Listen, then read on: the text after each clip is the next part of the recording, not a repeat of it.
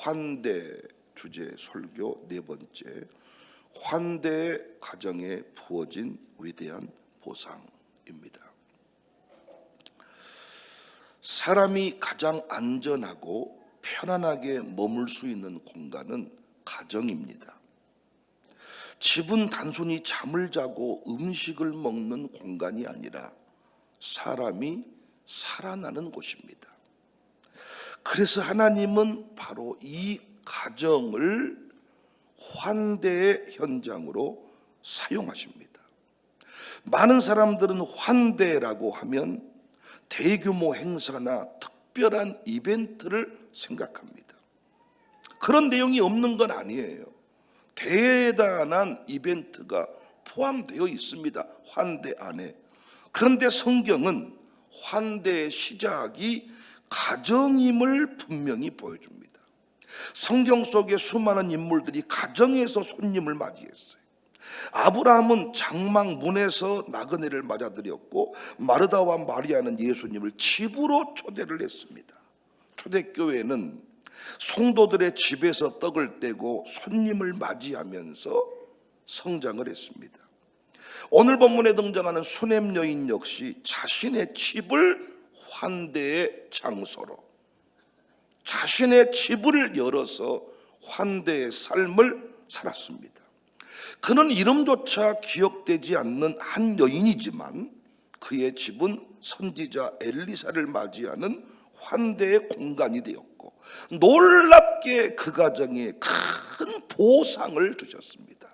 본문 잘 아시는 내용이죠. 8절에 보니까 아론 엘리사가 수넴에 이르렀더니 거기 한 귀한 여인이 그를 간곤하여 음식을 먹게 하였으므로 엘리사가 그곳을 지날 때마다 음식을 먹으러 그리로 들어갔더라. 여기 귀한 여인이라는 표현이 단순히 부유하다는 뜻이 아니라 신앙과 덕망이 있는 여인을 뜻합니다. 그는 선지자를 간곤하여 집으로 초대를 했습니다. 이 말은 단순히 A상 초대를 한 게 아니라 진심으로 간절히 모셨다는 겁니다. 그런 남편과 상의해서 엘리사를 위해 다락방을 따로 마련합니다. 10절에 청하건대 우리가 그를 위해 작은 방을 담 위에 만들고 침상과 책상과 의자와 촛대를 두사이다. 그가 우리에게 이르면 거기에 머물리리다.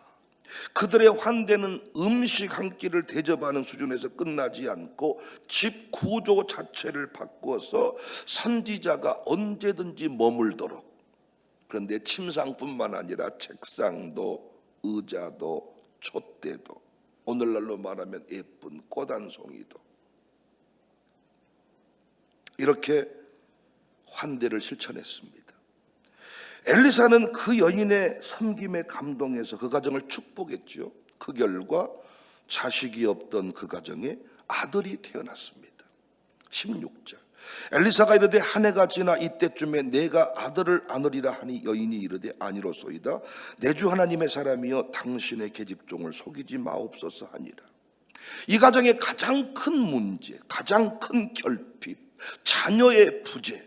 아니 여러분, 여러분 우리는 이 말씀을 너무 쉽게 받아버린 것 같아요. 어떻게, 어디서 무슨 돈을 주고 아들을 삽니까? 자식이 있어야 될 집에 자식이 없을 때 그 부부는 끊임없는 결핍에 시달리게 됩니다. 그런데 이 집에 하나님의 은혜로 자녀가 주어졌는데 그 자리가 환대의 자리였다는 것입니다. 성경에서 환대에 대해서 얼마나 강조하는지 몰라요. 환대. 수넴 여인은 부자였던 것 같아요. 그런데 자녀가 없어요. 아픔이 있어요.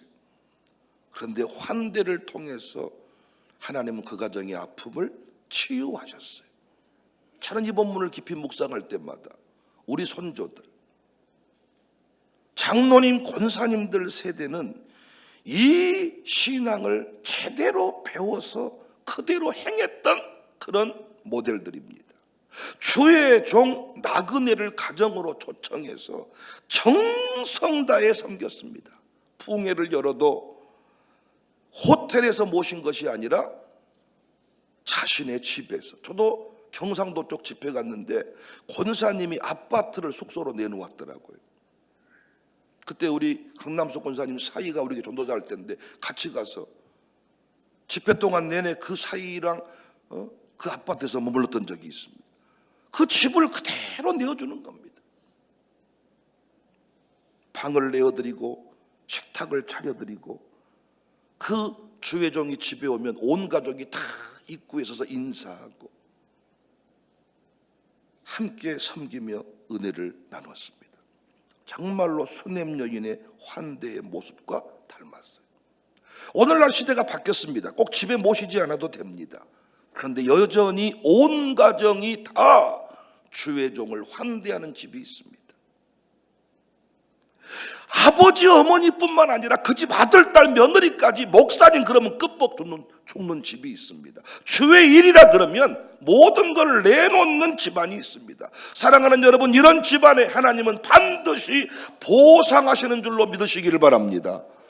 여러분, 정말입니다. 우리 교회 장로님 가정들만 봐도 여러분이 아마 앞으로 경험하시게 될 겁니다. 평생을 살면서 저는 이 교회로부터 멸시천대를 받지 않았습니다.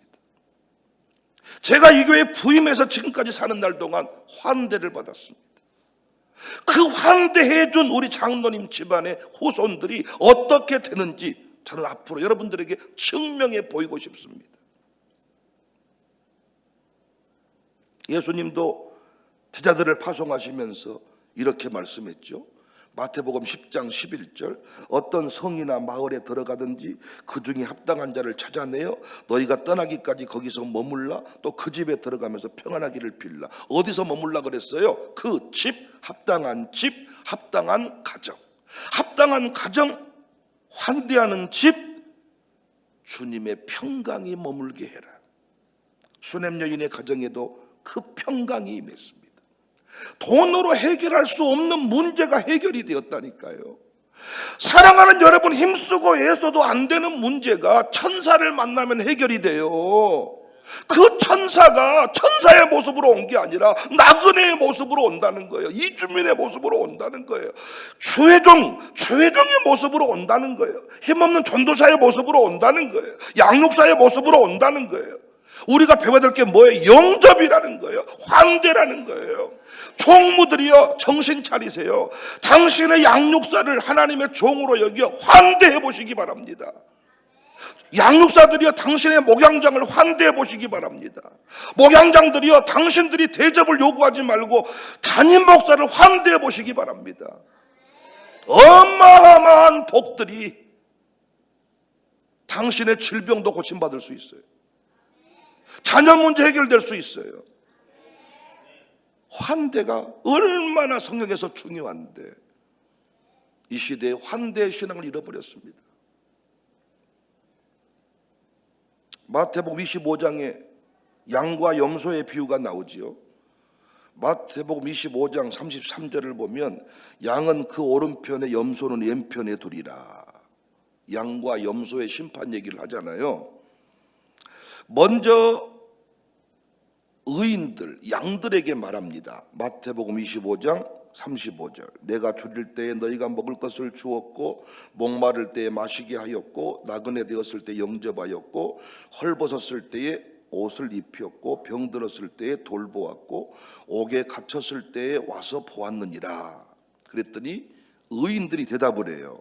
37절, 이에 의인들이 대답하여 이르되 주여 우리가 어느 때에 주께서 줄이신 것을 보고 음식을 대접하였으며 목마르신 것을 보고 마시게 하였나이까? 어느 때에 나그네 되신 것을 보고 영접하였으며 헐벗으신 것을 보고 옷 입혔나이까? 어느 때에 병드신 것이나 옥에 갇히신 것을 보고 가서 배웠나이까? 우리가 언제 그런 일을 했습니까? 염소들이 답합니다. 재밌어 염소들. 25장 44절에 그들도 대답하여 이르되 주여 우리가 어느 때에 주께 줄이신 것이나 목마르신 것이나 나그네 되신 것이나 헐벗은 것 병드신 것이나 옥에 갇히신 것을 보고 공양하지 아니하더이까?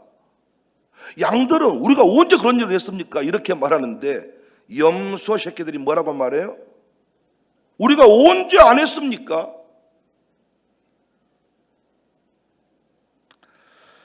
40절에 임금이 대답하여 이르시되 내가 진실로 너희에게 이르노니 너희가 여기 내 형제 중에 지극히 작은 자 하나에게 한 것이 내게 한 것이다. 그러니까 의인들은 늘 작은 자, 나그네 된 자들한테 수시로 항상 섬겼다는 거예요. 근데 그것이 주님한테 한 줄 몰랐어. 주님이 뭐라고 말해? 그것이 나한테 한 거야. 그런데 25절 45절에 임금이 대답하여 이르시되 내가 진실로 너에게 이르노니 이 지극히 작은 자 하나에게 하지 아니한 것이 곧 내게 하지 아니한 것이니라. 지극히 작은 자 중 하나가 누구인가? 당시 개념으로 치면 복음 사역자들입니다. 파송받은 주의 종들입니다. 이 시대 개념으로 치면 사회적 약자를 포함한다고 해도 문제가 없습니다. 예수님은 분명히 말씀했어요. 환대는 단순한 애절이 아니다. 천국과 지옥을 가르는 심판의 기준이다. 그러니까 하나님 백성들은 반드시 누구를 만나든지 아멘할 준비하세요. 환대해야 합니다. 하나님의 구원받은 백성은 어디를 가든지 누구를 만나든지 내 형편과 처지와 상관없이 환대해야 된다고. 직분 감당이 복이 되려면 장로의 직분이, 권사의 직분이, 양육사의 직분이 복이 되려면 영접을 먼저 배워야 된다 그랬죠. 환대를 배워야 합니다. 예수님은 제자들을 파송하시면서 선지자의 상, 의인의 상도 말씀했어요. 마태복음 10장 41절 선지자의 이름으로 선지자를 영접하는 자는 선지자의 상을 받을 것이요 의인의 이름으로 의인을 영접하는 자는 의인의 상을 받을 것이요 누구든지 제자의 이름으로 이 작은 자 중 하나에게 냉수 한 그릇이라도 주는 자는 내가 진실로 너희에게 이르노니 그 사람이 결단코 상을 잃지 아니하리라. 냉수 한 그릇도 상을 잃지 아니하신다. 여러분의 집안을 내놓고 주의 일을 하는 그 집안을 하나님이 그냥 두고 본 적이 없다는 것입니다. 여러분 제발 이 상의 이 보상의 이 약속을 꼭 좀 믿으시기를 바랍니다. 그래서 우리 교회는 정말 환대가 몸에 배어 있기를 바랍니다. 특별한 어떤 미국 사람의 에티켓이 아니라 우리는 얼굴 표정부터 하나님이 보낸 사람들을 귀히 여기고 우리 교회 새가족들, 이번에 오는 우리 이주민들, 이 강단에 선 주의 종들, 이곳에 누가 서든지 간에 여러분이 환대하는 마음으로 아멘하고 박수하고 축복하고 눈 마주쳐주고 고개 끄덕거려주고 손 들고 아멘하고, 무엇이 그렇게 불편해서 눈을 깔고 강대상에 있는 주의 종과 눈 한 번 마주치지 않고 예배드리고 가는지, 그게 아니라 환대하는 겁니다. 존중하는 겁니다. 내가 그 말씀에 동의합니다. 예, 그 말씀대로 살아보겠습니다. 그 환대하는 사람들, 그 환대하는 가정에 하나님은 결핍을 채워주신다. 돈으로 해결할 수 없는 문제를 교회에서 해결받는 거예요. 돈으로 해결할 수 있는 문제는 세상 친구한테 돈 받으세요. 돈으로 해결할 수 있는 문제는 돈 많은 아버지한테 해결 받으세요. 그러나 돈으로 해결할 수 없는 문제를 하늘아버지가 해결해 주시는 거예요. 그러니까 어떤 분은 자꾸 돈 문제 해결 안 해준다고 성질내는 분이 계시는데 그건 교회를 잘못 이해한 거야. 때로는 교회가 돈으로 해결할 수 없는 문제를 해결해 주는 것이 진짜 교회인데 우리는 자꾸 세상적 가치를 가지고 평가할 때가 많습니다. 두고 보세요. 돈이 있는데도 자식을 새벽 기도의 자리에 못 불러냅니다. 돈은 있는데 자식이 새벽에 나와 기도를 안 해. 부모님이 집도 사줄 준비가 돼 있는데 아들이 배우자를 못 데려와. 어떻게 이 문제 해결합니까? 집도 결혼만 하면 아파트도 한 채 주려고 준비해 놨다는 거야. 그런데 결혼이 마음대로 되냐고요. 결혼하면 못해. 둘이 행복하게 사는 게 마음대로 안 되는데. 그런데 환대하는 집에 하나님이 복을 주신다. 수냄 여인처럼 가정을 통하여 2층 집을 하나님이 주셨으면 그 그 2층, 1층 어디 한 공간을 통해서 일명 게스트룸, 호텔에 모시지 말고 목사님, 선교사님들 호텔에 하루 이틀이지 어떻게 일주일 동안 머문답니까? 우리 집 2층에 머물게 하십시오. 깨끗하게. 저도 호텔 생활을 해봐서 알고 해외여행 많이 해봐서 압니다. 정말 메뉴 간단하게 준비해서 편하게 집에서 밥 먹는 게 너무너무 좋을 때가 많아. 목사님이 오늘은 목양실에서 밥 먹읍시다. 할렐루야예요. 준비된 권사님이 다 깨끗한 메뉴 몇 가지 준비해서 밥을 먹을 때 정말 마음의 평강이 있어요. 무엇이든지 환대의 장소로. 우리 교회 건물들이 얼마나 많습니까? 모든 공간들이 다 영혼 살리는 환대의 장소로. 우리 교회 와서 어떤 행사를 하면 다 기분이 좋아진다. 장로님들부터 입구에서 새벽부터 막 분주하게 움직이고, 조차팀부터 아침부터 움직이고, 아니 그 전날부터 움직입니다. 여러분, 제가 장담합니다. 돈으로 살 수 없는 문제, 내 수준에서 해결할 수 없는 문제가 그 환대의 신앙을 통하여 반드시 하나님이 채워주실 것을 믿으시기를 바랍니다. 그래서 우리 선조들은요, 맛있는 갈치 한 토막만 있어도 목사님 불러서 밥을 대접하고, 저한테는 굳이 그렇게 할 필요 없습니다. 밥을 잘 먹고 사니까 옛날 수준의 얘기를 하는 거예요. 제가 저한테 진짜 대접은 설교할 때 아멘 잘해주면 돼. 그리고 이 행사할 때 빠지지 않고 나와주시면 돼. 잔치를 벌려놨는데 여러분 자식 중에 한 명이 안 보여. 부모 마음이 기쁩니까? 아니잖아요. 그냥 놀더라도, 나와서 커피잔 들고 놀더라도 행사장에 나와서 놀면 되는 거예요. 환대요, 환대. 그게 주보에 나온 광고를 기억했다가 그대로 행하려고 몸부림치, 그게 그런 집안에 하나님이 생명을 준다는 거예요. 생명을. 성경에서요, 환대 자리에 생명이 항상 잉태됐어요. 아브라함의 가정도 이 천사를 대접하고 나서 아들을 얻었잖아요. 기생 라합의 집도 정탐꾼을 영접하고 그 집안이 다 죽지 않고 살아났잖아요. 여러분, 환대는 생명과 맞바꾼다. 생명과. 여러분이 예부 강사가 왔을 때 아멘 잘하는 것도 생명과 맞바꾸는 보상을 받는 것입니다. 이걸 아는 사람들이 그렇게 환대를 한 거야. 강사를 환대하고 주회종을 환대하고 양육사를 섬기고 종부들이요, 양육사를 흉보고 이런 사람이 있는데 우리 교회 뭐 그런 분이 별로 없는 것 같지만 행여나 정신 똑바로 차려요. 복의 통로로 양육사를 세워놨더니 어찌 양육사를 통해 복을 못 받고 스트레스만 받고 사는가.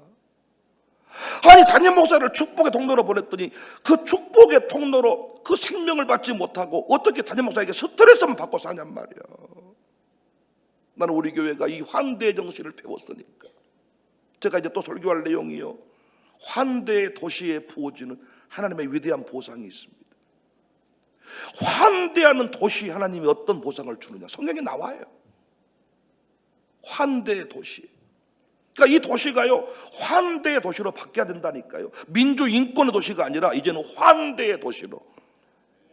전 세계 이주민들이, 전 세계 나그네들이, 전 세계 주회종들이 이제는 광주에 와서 위대한 역사를 이루어낼 수 있는 환대의 도시로. 환대 도시가 되면 그 도시에 어마어마한 복이 많은데, 그건 제가 또 공부할게요. 말씀드릴게요. 사랑하는 여러분, 잔치 열렸네요. 날마다 우리 교회 위대한 종들이 방문하고 있네요. 내일 나라사랑 기도회도 제가 아닌 외부 강사가 서서 말씀을 전하시네요. 그분들을 환대하는 것이 우리 인생에 필요한 것들이 채워지는 생명의 보상의 순간임을 믿으시기를 바랍니다. 제가 이단 사이비직거리 하지 않는 이상 담임 목사의 가르침, 담임 목사가 행하는 모든 일들을 응원하십시오. 전 여러분의 축복의 통로로 왔지, 여러분의 인생을 괴롭게 하려고 온 게 아니에요. 물론 성경에 보니까 어찌 내 곁에 와서 나를 괴롭게 하나이까, 이렇게 사르밧하고도 말을 했습니다. 아들이 죽어버리니까. 나중에 그 아들이 살아나니까 비로소 당신이 하나님의 사람입니다. 아니 하나님께서 수많은 사람 중에 담임 목사를 파송하실 때 실수하지 않는 하나님이 밤낮으로 기도해서 담임 목사를 청빙했는데 그게 실수겠습니까? 축복의 통로가 된 사람이 있고 짐이 된 사람이 있다고요. 난 여러분이 하나님의 종들을 축복의 통로로 여겨 간증을 만들어갈지언정 절대로 서로 아픔을 만들어가는 일이 없기를 바랍니다. 끝까지 목회 더 잘하겠습니다. 더 많이 기도하겠습니다. 더 많이 축복하랍니다. 존경받는 목사가 되겠습니다. 말 한마디도 주의하며 살겠습니다. 여러분도 목사가 하는 모든 일, 교회가 하는 모든 일, 영접하고 환대하고 돈으로 살 수 없는 문제들이 그 환대의 신앙을 통하여 해결받는 은혜가 있어지기를 주의 이름으로 축복합니다.